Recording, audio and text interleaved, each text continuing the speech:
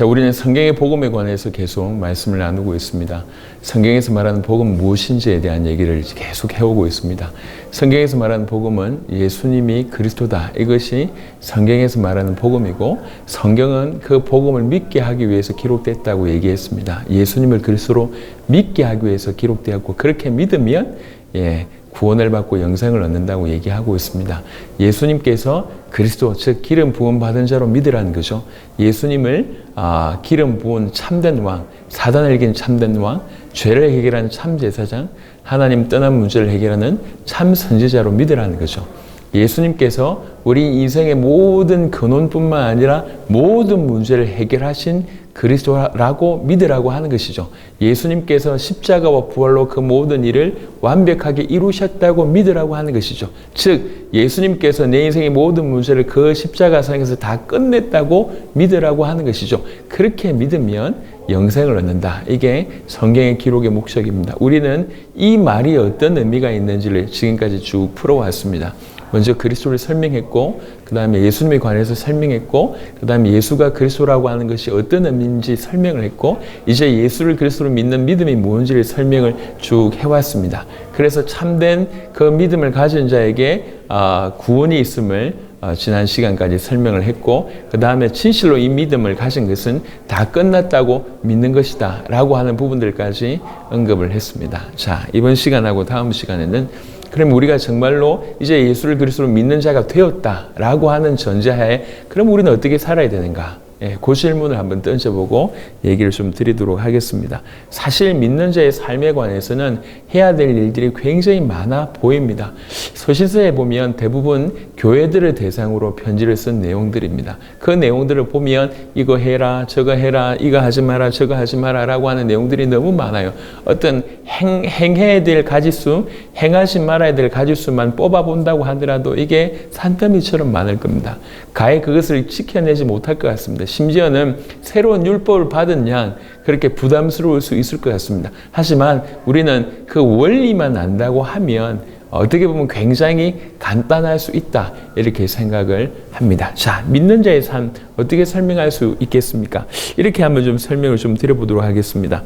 성경에 아담 하와에게 하나님께서 먼저 약속을 허락하셨습니다. 그리고 그 약속을 허락하신 이유는, 그 언약을 허락하신 이유는 그 약속을 지키라는 거죠. 다른 말로 순종하라고 하는 것입니다. 하지만 아담과 하와는 그 약속을 지키지 않습니다. 즉 불순종하게 되죠. 그 불순종의 결과로 이 땅에 모든 문제가 왔다라고도 이해할 수가 있겠습니다.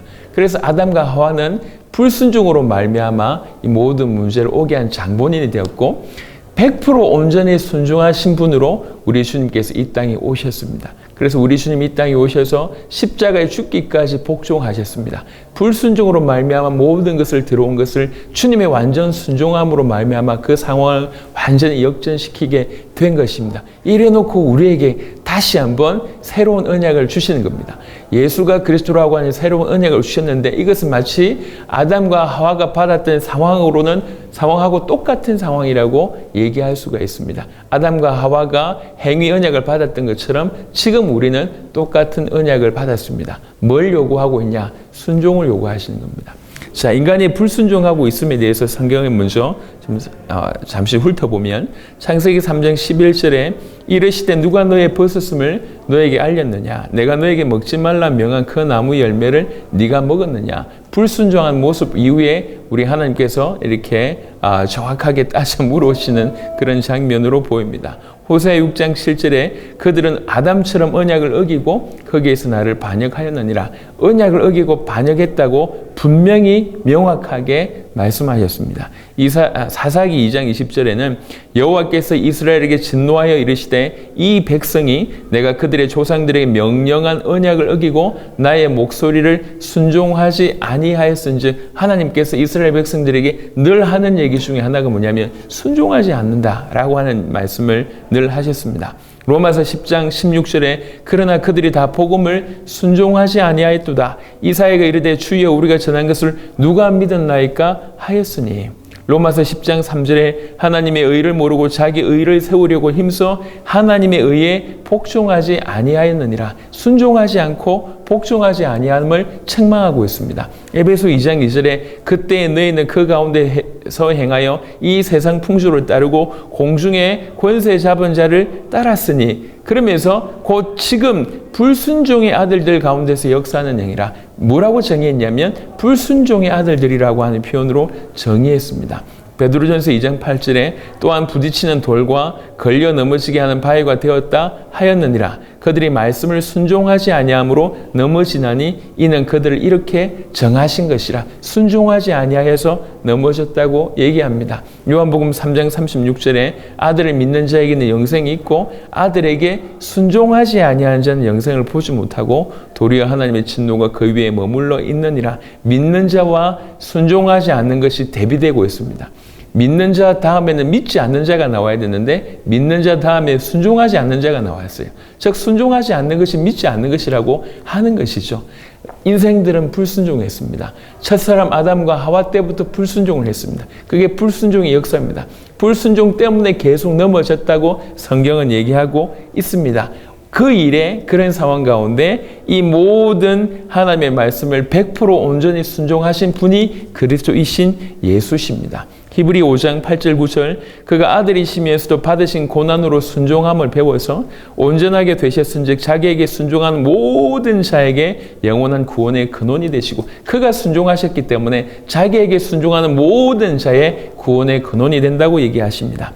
빌립보 2장 8절에 사람의 모양으로 나타나서 자기를 낮추시고 죽기까지 복종하셨으니 곧 십자가에 죽으심이라. 로마서 5장 19절에 한 사람이 순종하지 아니함으로 많은 사람이 죄인 된 것 같이 한 사람이 순종하심으로 많은 사람이 의인이 되리라. 다니엘 7장 27절에 나라와 권세와 온 천하 나라들의 위세가 지극히 높으신 이에 거룩한 백성에게 붙임바 되리니 그의 나라는 영원한 나라이라. 모든 권세 있는 자들이 다 그를 섬기며 복종하리라. 아멘.